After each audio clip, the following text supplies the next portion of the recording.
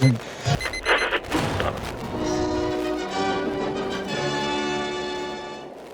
now, in the stillness of this moment, we bring you the final thrilling chapter.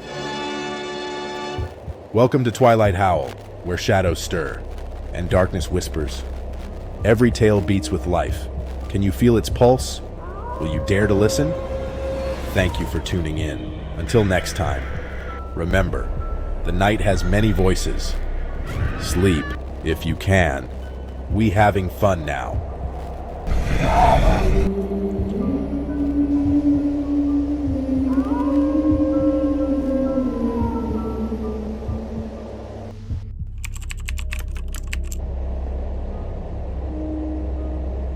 Autumn, a time for cozy nights, changing leaves, and the promise of Halloween.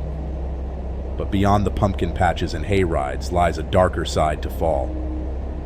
In tonight's video, we dive into 5 disturbing true stories that will leave you questioning what lurks in the shadows. Are you brave enough to stay with us until the end? Let's find out.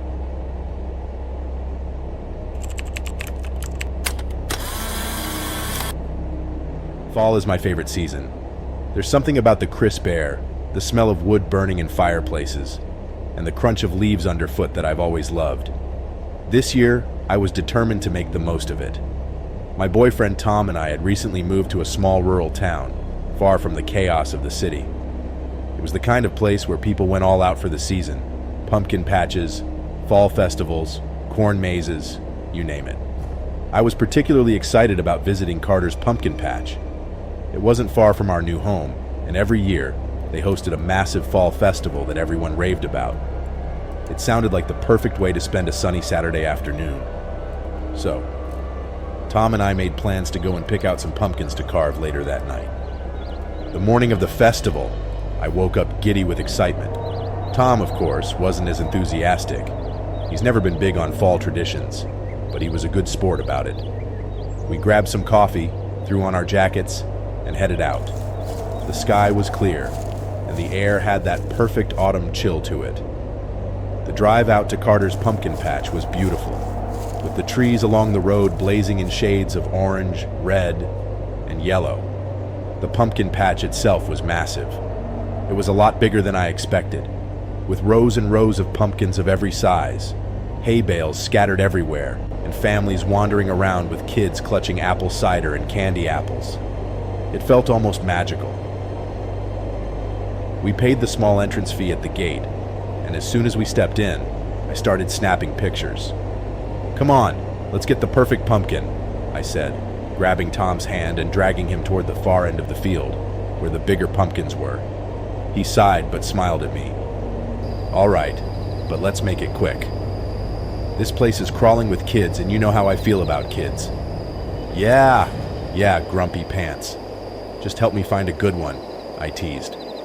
We wandered through the patch for a while, laughing and joking as we picked up pumpkins, only to put them back because they weren't quite right.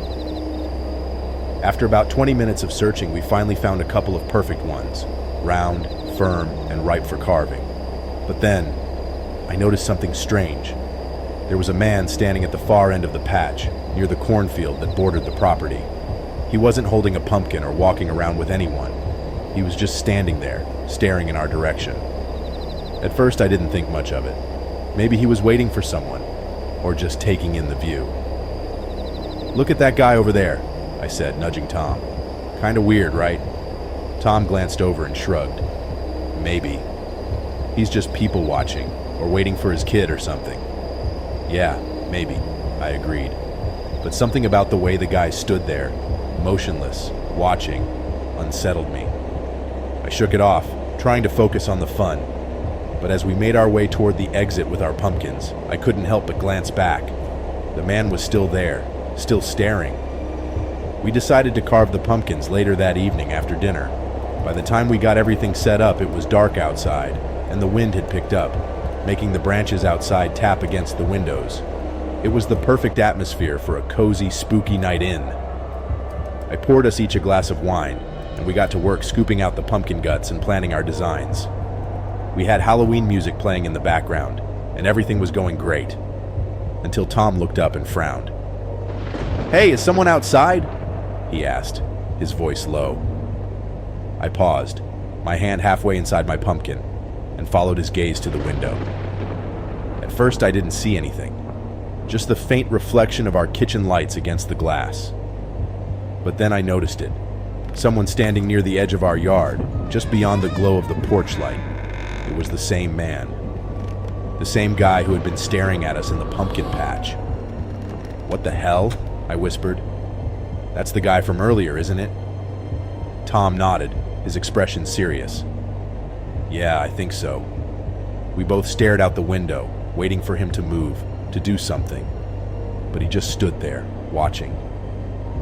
The hairs on the back of my neck stood up and a shiver ran down my spine. I'm gonna go out there, Tom said, setting down his carving knife and standing up. Are you crazy? I hissed. What if he's dangerous? We should call the police. He's just standing there, Jess. Maybe he's lost or something. I'll talk to him. I wanted to argue, to tell him this was a terrible idea, but my words got caught in my throat. Tom grabbed his jacket and headed for the door, and I found myself standing frozen in the kitchen, my heart pounding. I didn't like this. Not one bit. I watched from the window as Tom stepped outside. The man hadn't moved. He stood just at the edge of the yard, half hidden by the shadows of the trees. Tom called out to him, his voice firm but cautious. Hey, can I help you with something? The man didn't respond. He just stood there, unmoving. Tom took a few more steps forward, but I could see the hesitation in his posture.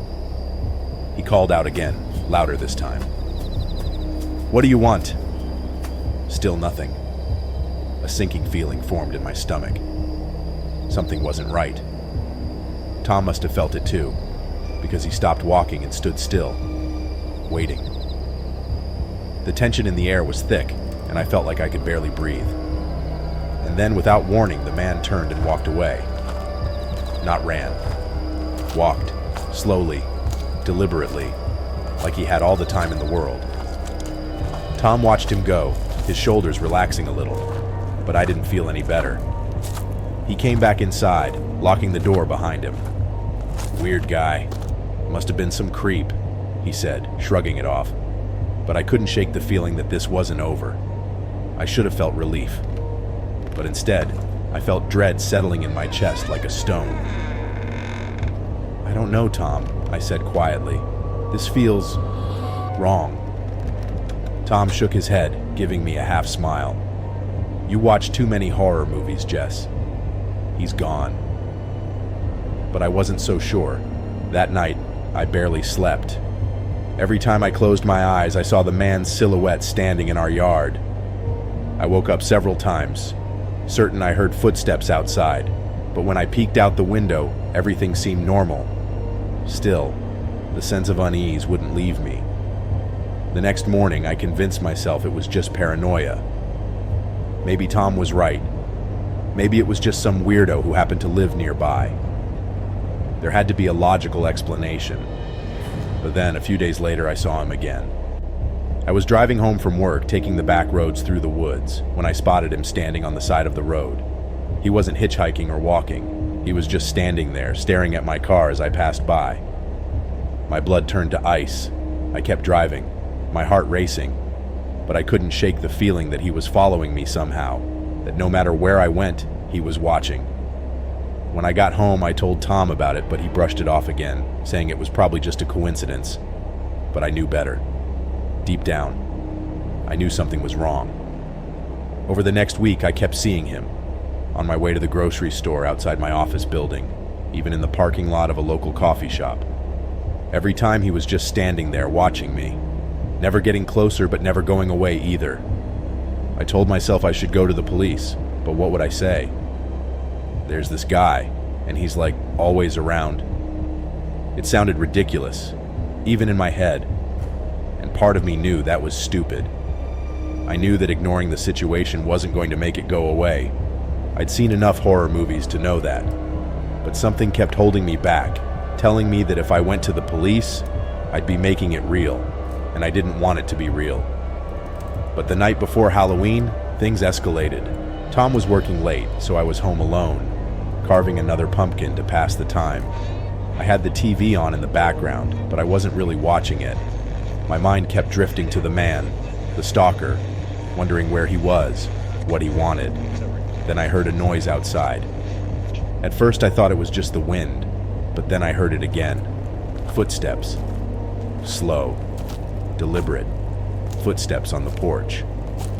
I froze, my hand still gripping the carving knife. The footsteps stopped right outside the front door. For a long moment, everything was silent. Zrania, and I held my breath, waiting for something to happen.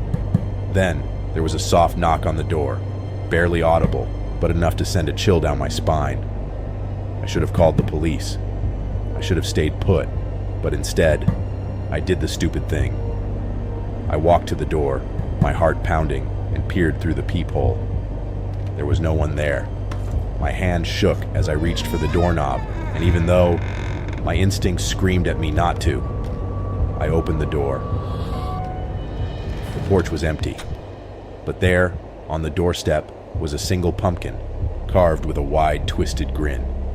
And behind it, in the shadow of the trees, I saw him, watching, waiting.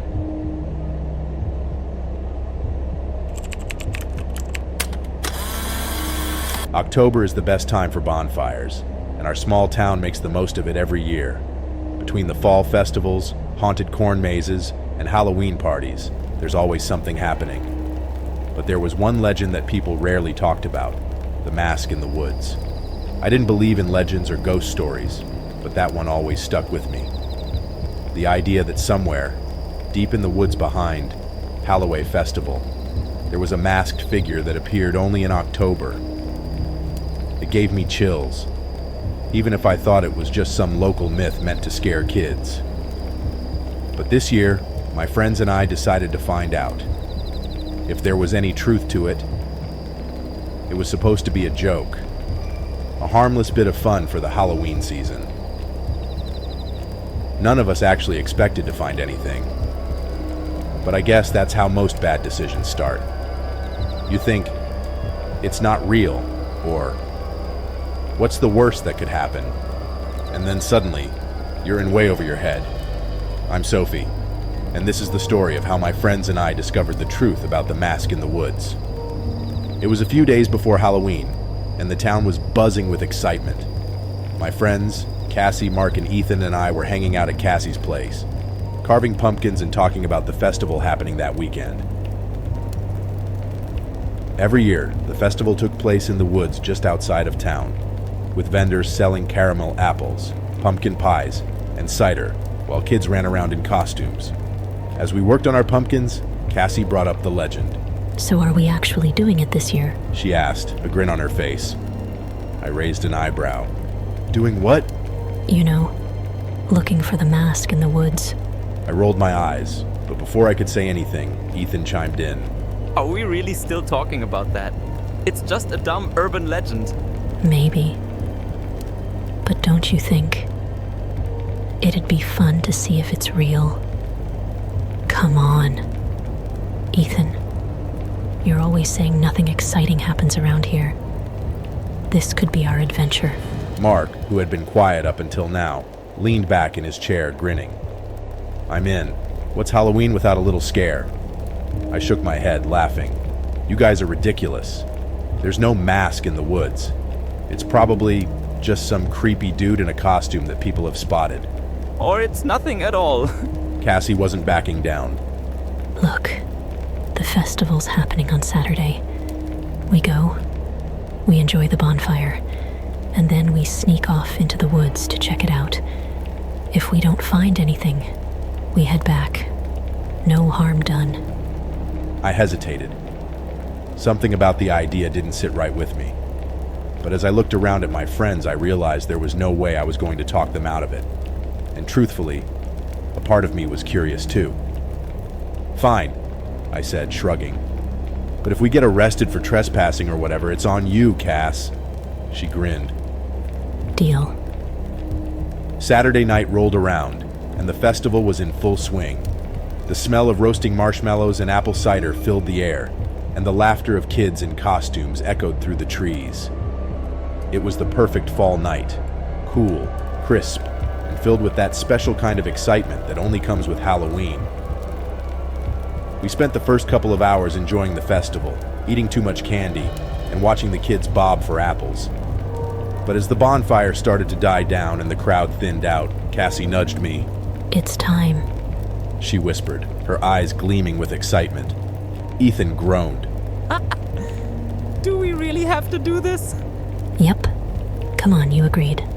Reluctantly, we all followed her, weaving our way through the trees until we were far from the festival lights. The further we walked, the quieter it became. The sounds of the festival faded behind us, replaced by the soft rustling of leaves and the occasional hoot of an owl. We shouldn't go too far, I said, glancing around nervously. We're going to get lost. Cassie waved a hand dismissively. Relax. I've been in these woods before. I know where we are. As we walked deeper into the woods, the trees seemed to close in around us, their branches casting long, twisted shadows across the ground. The air felt colder here. The kind of cold that sinks into your bones and makes you shiver no matter how many layers you're wearing. All right, so what exactly are we looking for? Ethan asked, his voice betraying his unease. The legend says you'll know it when you see it. Cassie replied, her voice light but her steps more cautious than before. That's when we saw it. Just ahead, partially hidden by the trees, was a small clearing. And in the center of that clearing, lying on the ground, was a mask. It wasn't anything fancy, just an old white mask, like the kind you'd wear to a masquerade ball, with a cracked, yellowing surface. It looked like it had been there for years, discarded and forgotten. Cassie let out a soft laugh. Well, there you go. The famous mask in the woods. I told you it was real. Mark stepped forward, reaching for the mask. I wonder how old it is. Don't touch it, I said quickly, my instincts kicking in. Every horror movie I'd ever seen was screaming at me not to let him pick it up. It's probably disgusting. You don't know where that's been. But of course, in true horror movie fashion, Mark ignored me. He picked up the mask, turning it over in his hands. It's actually pretty cool. I mean, it's just an old mask, but it's kind of creepy, right? Ethan rolled his eyes. All right, cool. We saw the mask. Can we go now? But Cassie wasn't ready to leave. Put it on. She said, a mischievous glint in her eye. Mark raised an eyebrow. Really? Yeah. Come on. It's Halloween. Let's have some fun. Terrible idea, I muttered, but no one was listening to me anymore. Mark grinned, then slowly lifted the mask to his face. For a moment, nothing happened.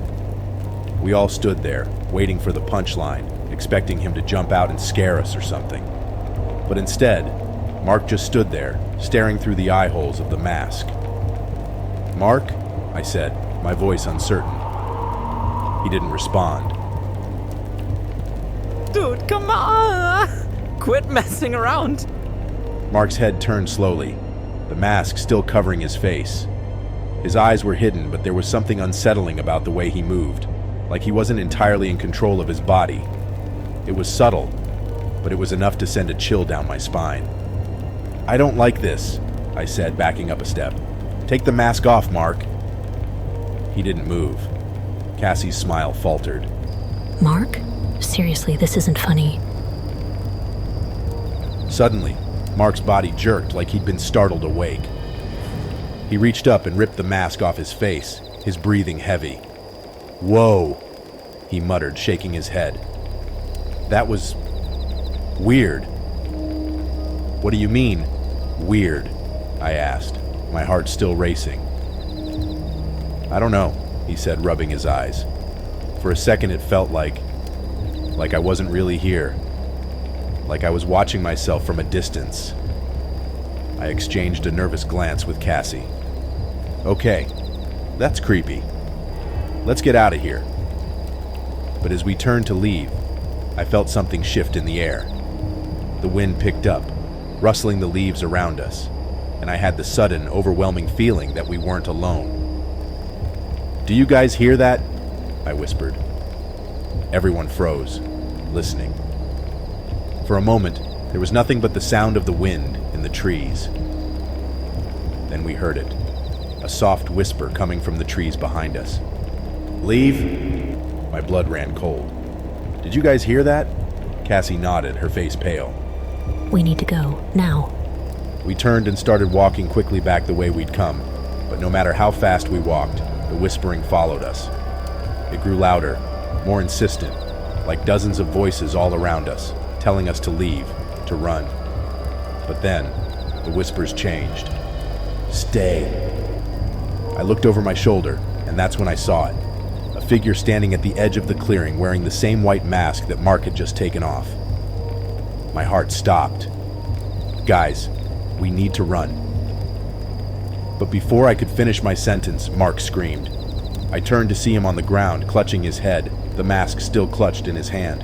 His body was shaking, violently, his eyes wide with terror. We have to help him. Cassie shouted, rushing over to him. But before she could reach him, Mark stood up, his movements jerky and unnatural, like a puppet on strings. His face was twisted in pain, but his eyes were completely blank. "Mark?" I whispered, my voice barely audible. He didn't respond. Instead, he lifted the mask and placed it back on his face. And then, in a voice that wasn't his own, he whispered, "Stay."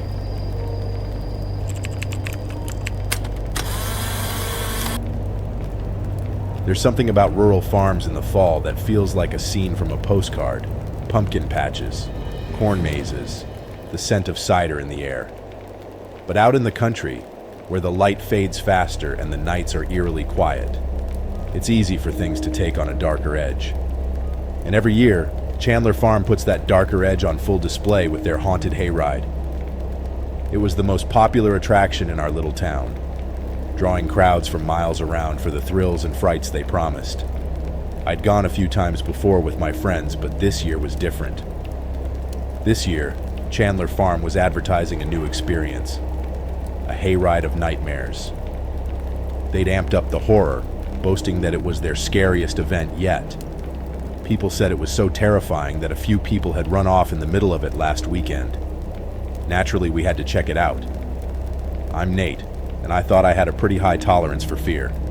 I mean, we all did. My friends Mason, Kayla, and Elise were just as excited about the haunted hayride as I was, but none of us had any idea just how wrong this night was about to go. It was the Saturday before Halloween, and we arrived at Chandler Farm just before dusk. The whole place was decked out for the season. Pumpkins lined the path up to the main barn. Scarecrows stood watch over the fields, and strings of orange lights hung from the trees. There was a festive buzz in the air, families milling around the pumpkin patch and couples holding hands as they waited for their turn at the hayride. We bought our tickets at the small wooden booth near the entrance.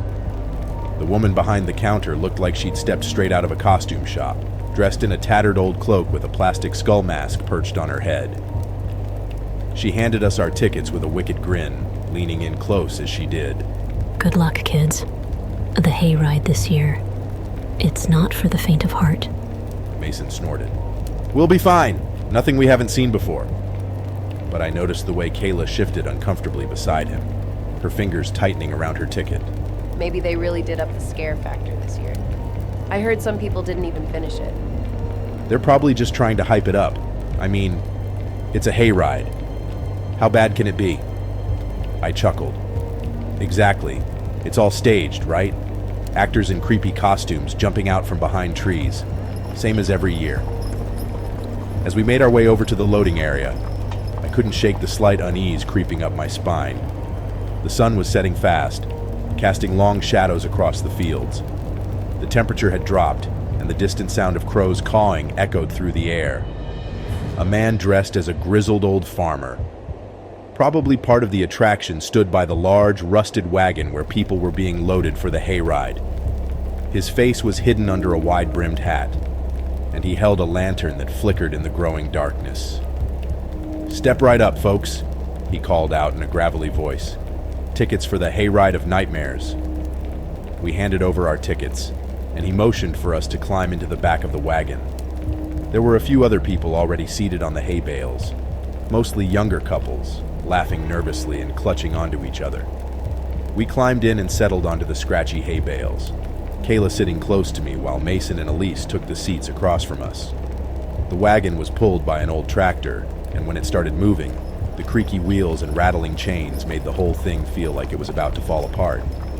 I bet they made the ride feel rickety on purpose, I whispered to Kayla, trying to keep the mood light. You know, to make it scarier. She smiled, but I could see the tension in her eyes. Yeah, maybe.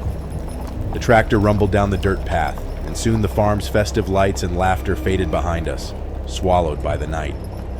The only sound now was the low growl of the engine and the soft rustling of the cornfields that stretched out on either side of us. That's when the first scare happened. We were passing a section of cornfields when a figure darted out from between the stalks. A man wearing a bloodied pig mask, wielding a rusted butcher's cleaver. He ran alongside the wagon, scraping the cleaver against the metal with a horrible screeching sound. I felt Kayla tense beside me, but I laughed. Classic. Kayla rolled her eyes. Totally predictable. The man in the pig mask disappeared back into the corn, and the wagon continued on. A few minutes later, another scare. This time a woman in a tattered wedding dress, her face painted like a corpse, appeared out of nowhere, clutching a bouquet of wilted flowers. She stumbled toward the wagon, moaning and dragging her feet in the dirt. Mason leaned over to Kayla. See? It's all just staged, no big deal. Kayla forced a smile, but I could tell she was already on edge. To be fair, the actors were doing a good job. Even though I wasn't scared yet, I could see how someone might be unnerved by the way they moved, the way they seemed to appear out of nowhere. But things were about to take a darker turn. We were about halfway through the ride when the mood shifted. The tractor slowed down, and I noticed the dirt path was leading us into the woods. Dense, dark, and twisted with branches that clawed at the sky. The cheerful atmosphere of the farm was gone. The only light came from the dim lanterns hanging from the sides of the wagon, casting eerie shadows across the trees. Is it just me, or is this creepier than last year? Kayla whispered, her voice tight. I think it's supposed to be, I said. They're really going for that whole nightmare vibe. But I was starting to feel it too. The air was colder, heavier. There was something wrong about the way the woods looked, like they were too dark, too quiet. I could hear the others in the wagon shifting nervously, their earlier laughter gone. The wagon rolled to a stop in the middle of the woods. The driver, who had been silent the whole time, climbed down from the tractor without a word, his lantern swinging from side to side. He walked ahead, disappearing into the darkness, leaving us sitting there in complete silence. Where's he going? Elise asked, her voice uneasy. Before anyone could answer, the lights in the wagon flickered and went out. We were plunged into darkness, the kind that feels thick and suffocating, where you can't see your hand in front of your face. I heard Kayla's breath hitch beside me. Nate? I'm right here, I whispered, reaching for her hand. For a few moments, there was nothing but the sound of the wind rustling through the trees. Then, from somewhere nearby, we heard it. Footsteps. Slow, deliberate footsteps crunching through the leaves. Okay, this is officially creepy, Mason muttered. No one responded. We were all frozen, listening to the footsteps grow closer, circling the wagon. And then we heard it. A low, rasping voice, barely more than a whisper. Who dares enter the woods? The voice sent a chill down my spine. I didn't sound like the actors from earlier. This voice was different, darker, more menacing. It was like it was coming from all around us, echoing through the trees. We see you. Kayla squeezed my hand, her grip tight. Nate, what's happening? I don't know, I whispered back, my heart pounding. It's just part of the ride, right? But even as I said the words, I didn't believe them. The footsteps stopped, and for a moment, everything was still. Then, from the darkness, we saw movement, figures emerging from the trees, cloaked in shadow. At first, I thought they were more actors, but there was something wrong about the way they moved. Their limbs were too long, their heads tilted at unnatural angles. One of them stepped into the faint light cast by the moon, and I felt my blood run cold. It wasn't an actor. The figure was tall and thin, its face obscured by a tattered burlap sack with hollow eye holes. Its hands, if you could call them that, were long, bony claws, and it was dragging something behind it, something heavy. "What the hell?" Mason muttered, his voice shaking. The figure moved closer, and that's when I saw what it was dragging. A body. A lifeless, limp body. "We need to get out of here," I whispered, my voice barely audible. But before we could react, the figure dropped the body and lunged at the wagon. Kayla screamed, and I pulled her close as the figure's claws scraped against the side of the wagon, the sound of metal tearing under its touch. We need to go! Elise shouted, her voice filled with panic, but the tractor wasn't moving. The driver was gone, and the wagon was stuck in the middle of the woods, surrounded by these things. I stood up, my heart racing, and looked around for an escape route. The figures were closing in, their hollow eyes locked on us, their movements slow but deliberate, like they were enjoying the fear they were causing. "We have to jump," I said, my voice tight with fear. Mason looked at me like I was crazy. "Are you serious?" "Yes," I said, grabbing Kayla's hand.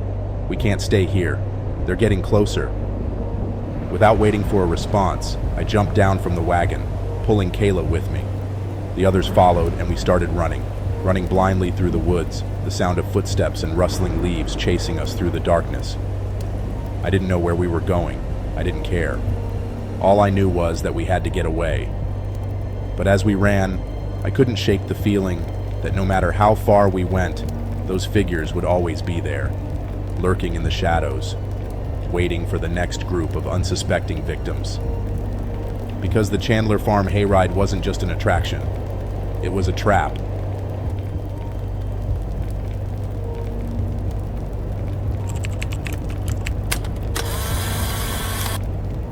There are plenty of ghost stories in small towns, but most of them fade with time, becoming little more than legends whispered around campfires.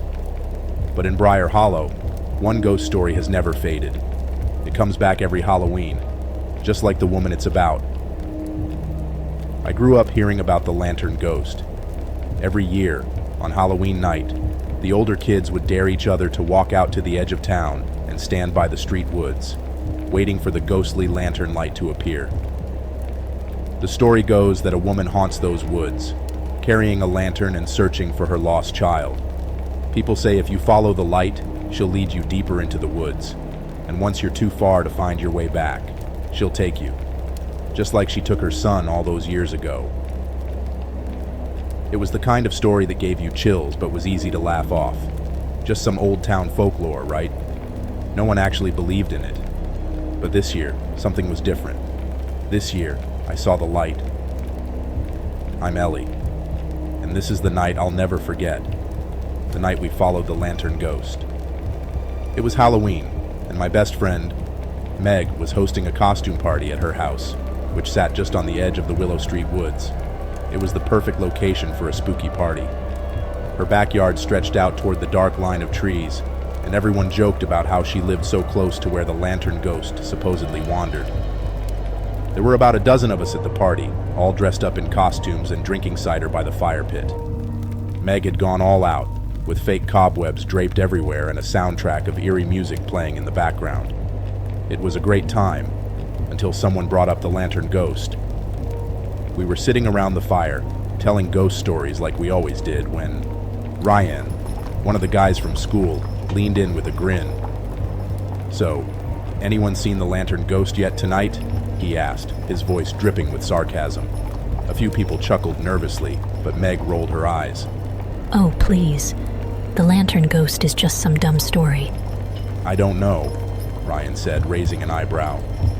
"My brother swears he saw her a couple of years ago. Said he was walking home late on Halloween night, and he saw the lantern light flickering in the woods. He didn't follow it, but he said it was real." "That's what everyone says," I chimed in, sipping my cider. "But no one ever actually sees the ghost.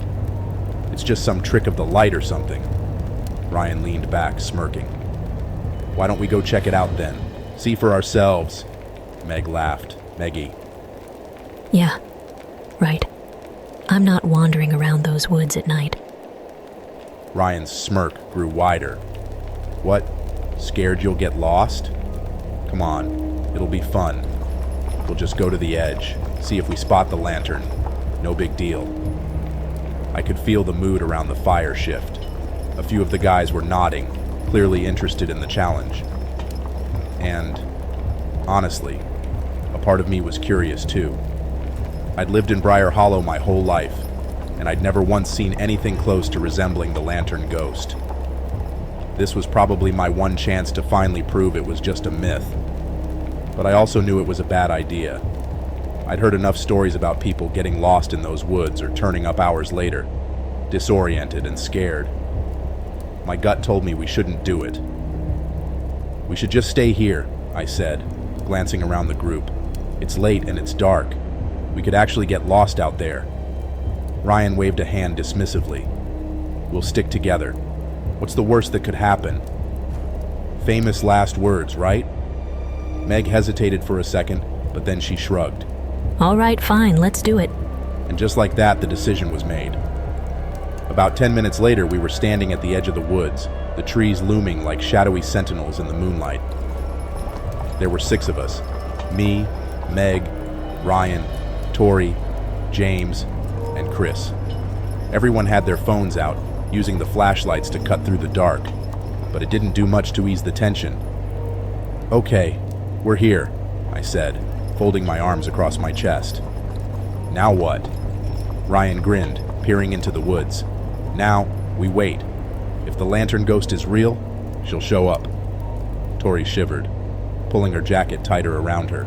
I don't know about this. It's kind of creepy out here. You scared already? Chris teased, nudging her. We haven't even seen anything yet. I'm not scared, just cautious. We stood there in silence for a while, the only sounds being the occasional rustle of leaves in the wind and the distant hum of Meg's party still going on in the backyard. After a few minutes, I started to feel ridiculous. We were standing in the middle of nowhere, staring into the woods, waiting for a ghost that didn't exist. This is stupid, I muttered. Let's go back. But just as I turned to leave, I saw it.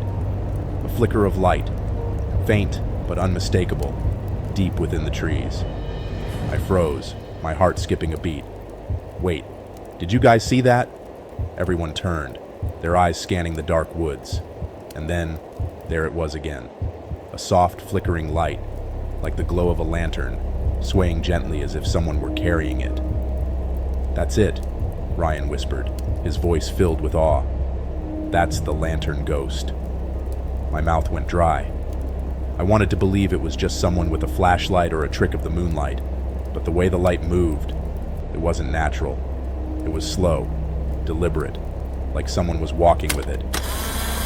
We should go back, I said, my voice trembling. But Ryan was already stepping forward, his phone light bouncing as he moved toward the trees. Are you kidding?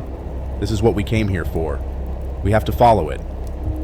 No, I said firmly, grabbing his arm. We don't have to do anything. This is stupid, Ryan. We don't know what that is. He pulled his arm away, grinning like a madman. It's a ghost, Ellie. We're finally going to prove the legend is real. I looked at the others, hoping they'd back me up, but they were all staring at the light, entranced.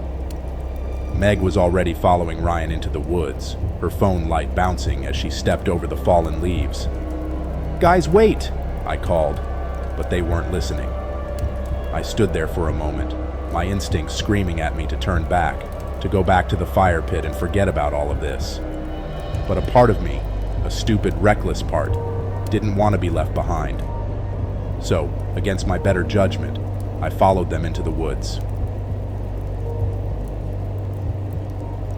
The deeper we went, the colder it became. The light, the lantern, was always just ahead of us, flickering in and out of view as we navigated the twisting path through the trees. No one spoke, but I could hear the sound of our footsteps crunching on the leaves, growing faster as we picked up the pace. This is crazy, I muttered to myself, glancing around at the others. Ryan was leading the way, his eyes glued to the light, while Meg and Chris were right behind him, clearly just as determined. But something was wrong. I couldn't shake the feeling that we weren't supposed to be here, that we were trespassing in a place that didn't belong to us. "Ryan, maybe we should stop," I called, my voice breaking the eerie silence. "What if it's not, safe?" He didn't answer. None of them did.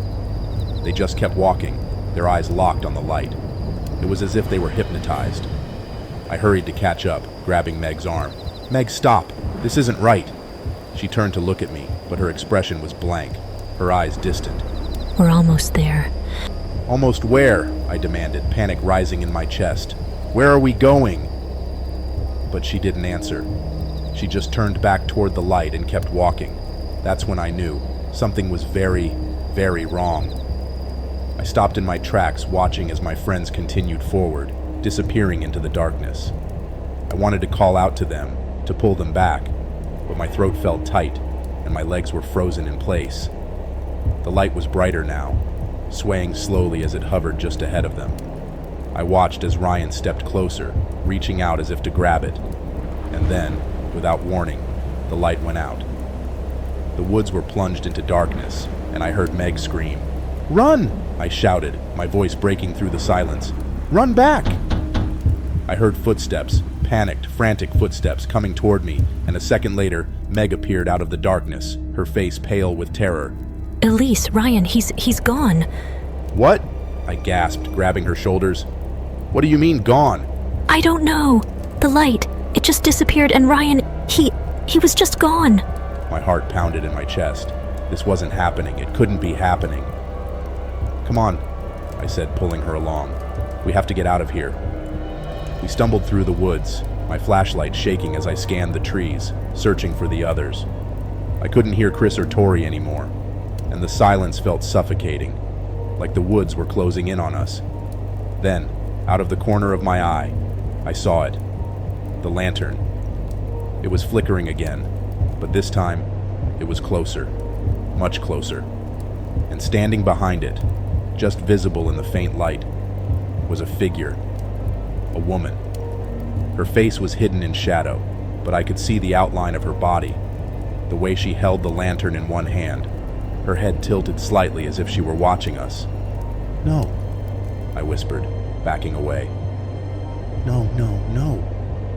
The woman took a step forward, her lantern casting an eerie glow on the ground in front of her. "Run," I whispered to Meg. "We have to run." But before we could move, the woman raised her hand and pointed, right at us. A cold, hollow voice filled the air, echoing through the trees. You shouldn't have followed.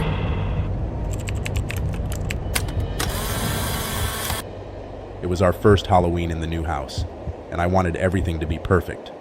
I'm a sucker for fall. Pumpkin spice, cozy sweaters, changing leaves, all of it. But what I really love most is decorating for the season. My husband David and I had just moved into a small, quiet neighborhood on the outskirts of town, and the houses were already decked out in scarecrows, autumn wreaths, and spooky decorations. Naturally, I had to keep up. I spent a whole afternoon unpacking our Halloween decorations, arranging pumpkins and fake cobwebs in the front yard. But as I stepped back to admire my work, I realized something was missing. Our porch looked great, but the yard itself was kind of bare. "I think we need more," I said to David later that night as we sat on the couch, sipping hot cider. "Like a scarecrow or something for the yard. Something big that stands out." David chuckled. "You're turning this into a competition with the neighbors, aren't you?" I grinned. "Maybe a little. But come on, it's Halloween. It's supposed to be fun." "All right," he said, setting down his mug. "You find something, and I'll help you set it up."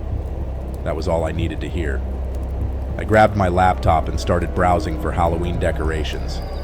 I checked a few of the usual online stores, but nothing caught my eye. Everything looked generic, or way too expensive. Then I remembered that my friend, Marie, had mentioned a local fall market that sold handmade decorations. It wasn't far from our house, and apparently, the people who ran it made their own scarecrows, wreaths, and other unique items. The market was only open during the day, but I didn't want to wait. Halloween was just a week away, and I needed something now. So, I pulled out my phone and searched for local sellers on Facebook Marketplace, hoping to find something similar. After scrolling for a few minutes, I found a listing that immediately caught my attention: handmade fall decorations, scarecrows, wreaths, and more. The photos showed a collection of beautiful fall-themed items: a rustic scarecrow with a burlap face, a wreath made of twisted twigs and dried corn husks, and several hand-painted pumpkins. It was exactly what I was looking for, and the price was surprisingly cheap.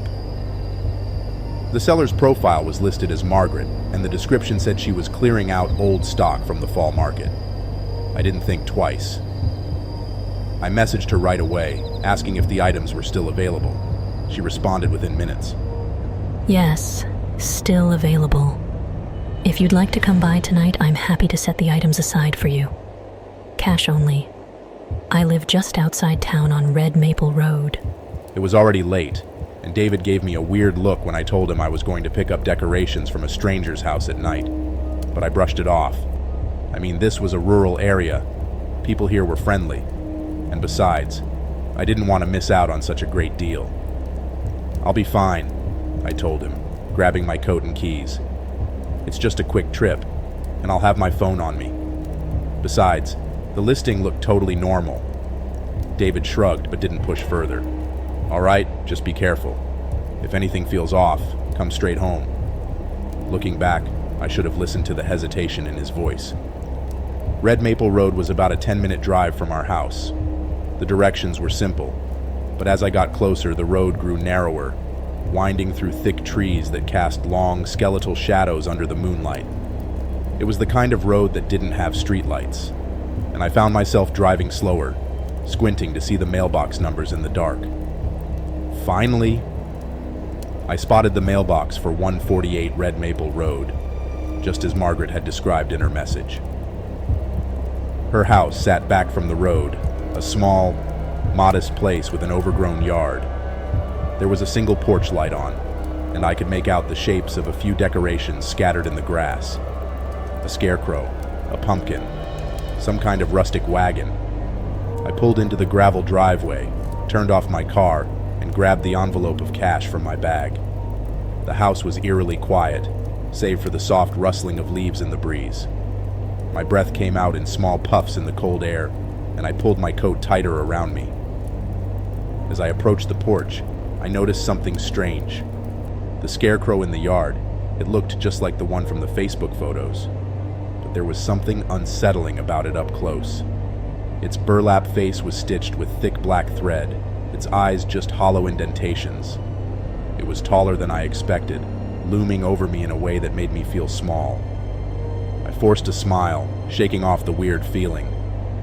"It's just a decoration," I told myself. "Nothing to be freaked out about." I knocked on the door, and a moment later, it creaked open. A woman in her mid-60s stood there, smiling warmly. Her gray hair was tied back in a loose bun, and she wore a thick wool sweater. You must be here for the decorations, she said in a sweet voice. "Yeah, that's right," I replied, trying to sound casual. "I saw your listing online." She nodded and stepped aside. Come on in, dear. I've got everything laid out for you. The inside of the house smelled like cinnamon and cloves, the scent of a fall candle burning somewhere nearby. The living room was cluttered with boxes of old decorations, most of them fall-themed: pumpkins, leaves, scarecrows. It was cozy, but also a little too quiet. The kind of quiet that makes the hair on the back of your neck stand up. I make most of these myself, but I've got too many now. I'm getting old, you know. Can't keep up with it all. Margaret said, gesturing to the decorations. "They're beautiful," I said, eyeing a few of the wreaths on the table. "You really have a talent for this." She smiled, her eyes crinkling at the edges. Thank you, dear. I'm glad someone will put them to good use. I handed her the cash, and she motioned to a box of items in the corner. There you go. That's everything we discussed. The scarecrow is already in the yard, but feel free to take that one as well. "Thanks," I said, feeling a little relieved to be wrapping things up. I'll get it loaded into the car. I gathered up the decorations, thanking her again as I headed back outside. As I walked across the yard, I couldn't help but glance at the scarecrow again. The wind had picked up, and the figure swayed slightly, its head turning just enough that it seemed to be watching me. I shook off the unease and loaded everything into my trunk. As I was about to drive away, I noticed Margaret standing in the doorway, still smiling, but her expression seemed off. It was almost as if she was waiting for something. When I got home, David helped me bring everything inside, and we spent the next hour setting up the decorations in the yard. The scarecrow went right in the center of the lawn, flanked by pumpkins and bales of hay. By the time we were finished, the place looked perfect. "You happy now?" David asked, grinning. I nodded, stepping back to admire our work. "Yeah, it looks amazing." But as I stood there, staring at the scarecrow, I felt that same strange sense of unease creeping up again. I couldn't explain it, but there was something about the way the scarecrow looked. Something about its hollow eyes and stitched smile that made my skin crawl. I didn't say anything to David. I figured it was just my imagination, maybe the result of being out in the cold for too long. But that night I couldn't sleep. I woke up around 2 a.m., heart pounding, and glanced at the clock. The house was silent, but there was this strange sensation, like I wasn't alone. I lay there for a moment, listening, but I didn't hear anything out of the ordinary. Then, a sound, soft, almost imperceptible, came from outside the window. I froze, my breath catching in my throat. It was a rustling sound, like something brushing against the side of the house. My mind immediately went to the scarecrow, and I told myself it was just the wind. But I couldn't shake the feeling that something wasn't right.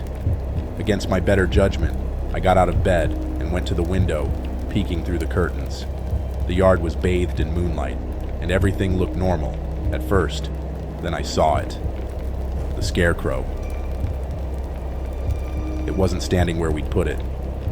My heart raced as I stared at the spot where the scarecrow had been, now completely empty. I scanned the yard, my eyes finally landing on the figure standing just a few feet away from the house, closer than it had been before. I blinked, convinced I was seeing things. The scarecrow couldn't have moved on its own. I must have been dreaming. But the longer I stared, the more certain I became. The scarecrow had moved. I backed away from the window, my hands shaking. I didn't want to wake David, didn't want to sound like a paranoid idiot, but every instinct in my body was telling me something was wrong. I stood there frozen, listening for any sound, any movement. Nothing. After what felt like an eternity, I forced myself to crawl back into bed, pulling the covers up to my chin. I kept my eyes squeezed shut, trying to convince myself it was all in my head. But deep down, I knew. That scarecrow wasn't just a decoration, and it wasn't finished moving.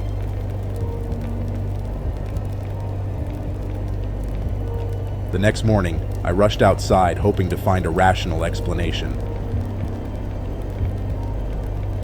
But when I stepped onto the lawn, I stopped in my tracks. The scarecrow was back where we'd placed it the night before. Standing tall, its stitched smile mocking me in the daylight. David came outside, yawning. "Everything okay?" I hesitated, my heart still racing. "Yeah," I lied, my voice shaky. "Everything's fine." But I knew it wasn't. And as the days went by, the scarecrow seemed to get closer and closer to the house. Zrenia, no matter how many times we repositioned it.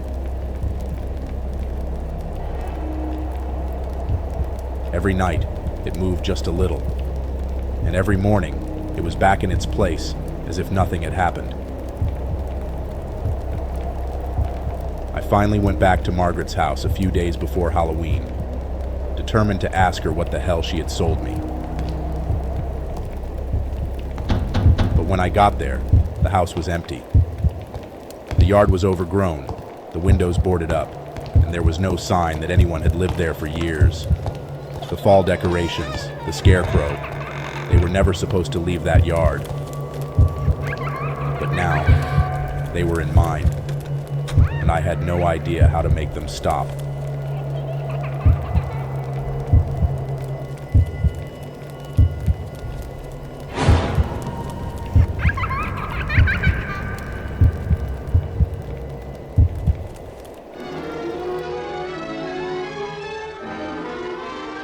And so, dear listeners, our time together comes to an end, but the stories, they never truly fade.